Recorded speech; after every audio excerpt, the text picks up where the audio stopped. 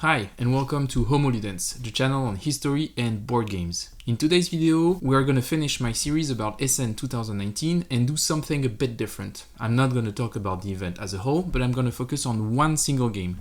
And this game is the upcoming coin game by GMT, All Bridges Burning. This video is going to act both as a preview and an interview of its designer, Vesa Arponen. I hope that you'll enjoy it.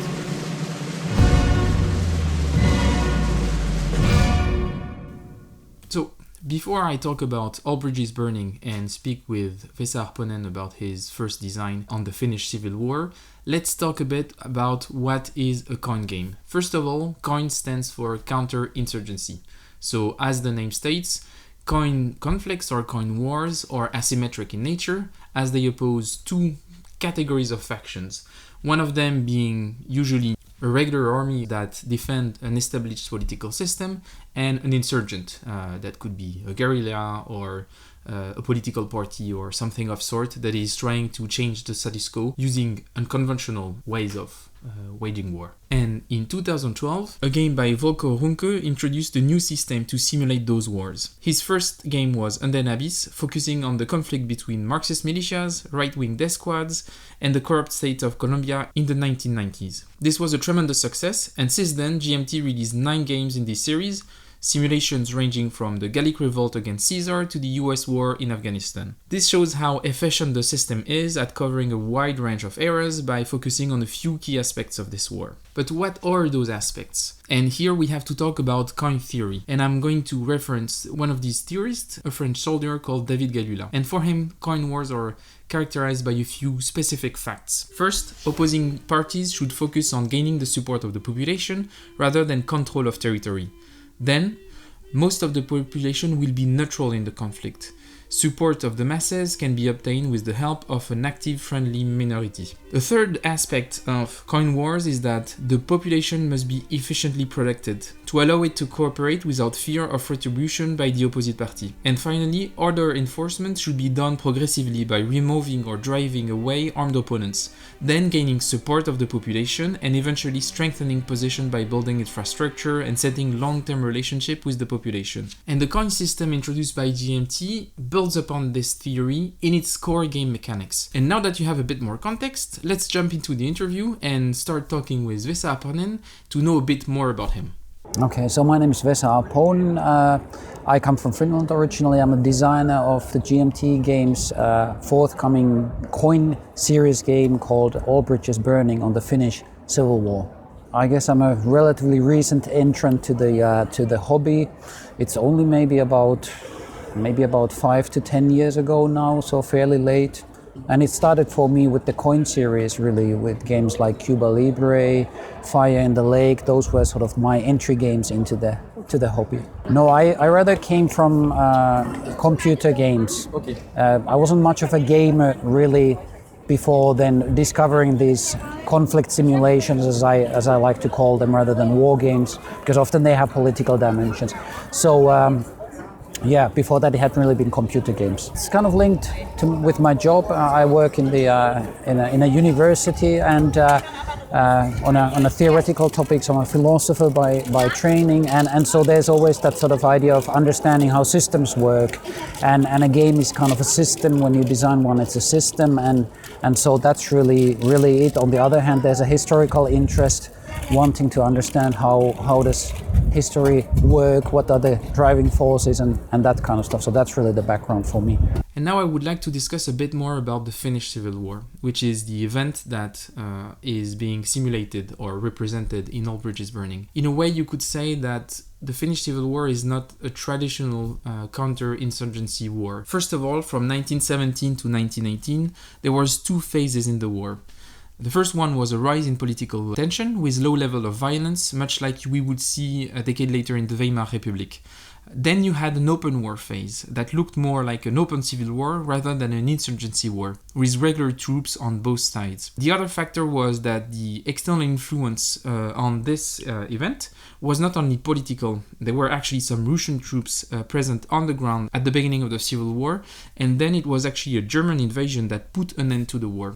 And for those reasons, I had to ask Vesa about his design and how he approached the specificities of the Finnish Civil War to integrate it within the coin framework, you could say. Has he had to bend some of the mechanics to make those events work for something that is so focused on classical counterinsurgency? I come from Finland, and that was sort of the kind of subject where I felt like I know enough to be able to say something interesting, and so that's how it really came about. For me, the coin series was always really good at sort of talking about war and war games in a way that emphasized the so-called hearts and minds aspect. And I felt like, so this is a really good aspect to be talking about in the context of the Finnish Civil War as well. So in some ways, that's the kind of aspect that I picked up from the coin series and in some ways amplified in my own design. So there are certain mechanisms that amplify this hearts and minds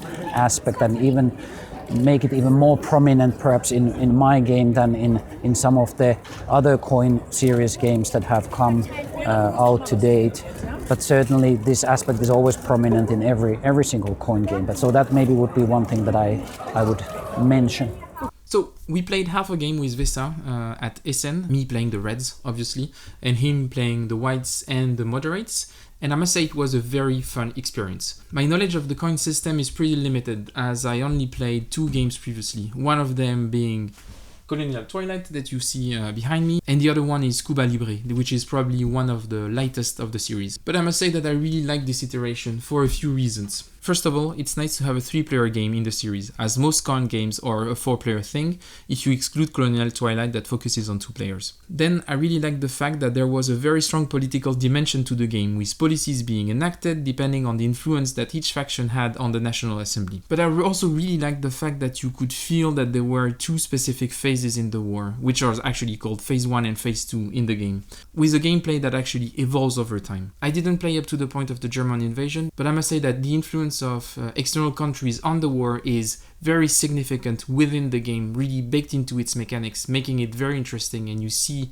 as a constant threat when playing the Reds the fact that the Germans could intervene at some point in the game. But let's jump back into the interview. Vesa being a first-time designer, I also wanted to talk to him about his first experience and how he got into wargaming and how he approached his first design. So often when you listen to interviews of designers, experienced people, they will often say how they came into the hobby was basically they did an expansion to an existing game or some other modification. Whether it became a commercial product or not doesn't really matter. They started working with an existing system, and that's essentially how it was for me as well. For me, the coin series offered this kind of an existing system with a certain, as it were, language through which you can express certain things. So together with sort of that existing coin system framework and then my own study into the historical period, in my case the Finnish Civil War of 1918,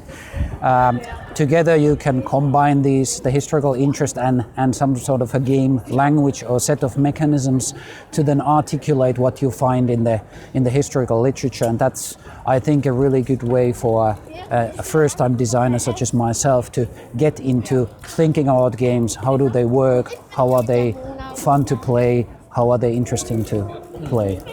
You basically have to create some mechanics, a game of a playable prototype essentially, and then you try it out and see how does it feel like.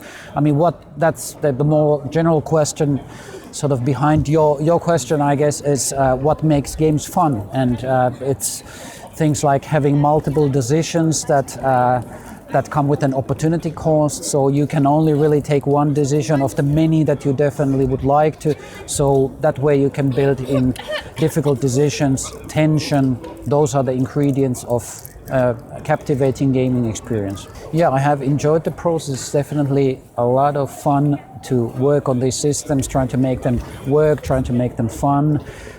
It is also a lot of work. The number of hours you put into these games is great. It's huge number of hours, and it can be lonely at times. But at the same time, the positive aspects of it outweigh the negative aspects, definitely.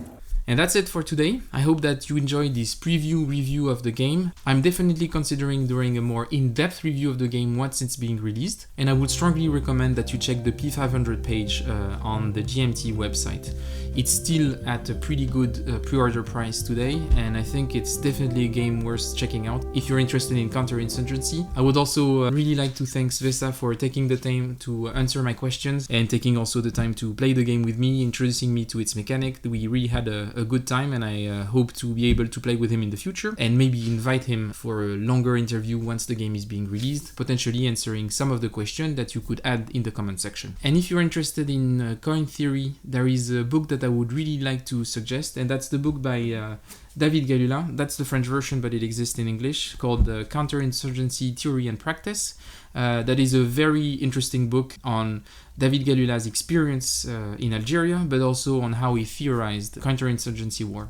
A very, very interesting read. And if you wish to support this channel, please consider liking the video and subscribing to the channel to see my upcoming videos.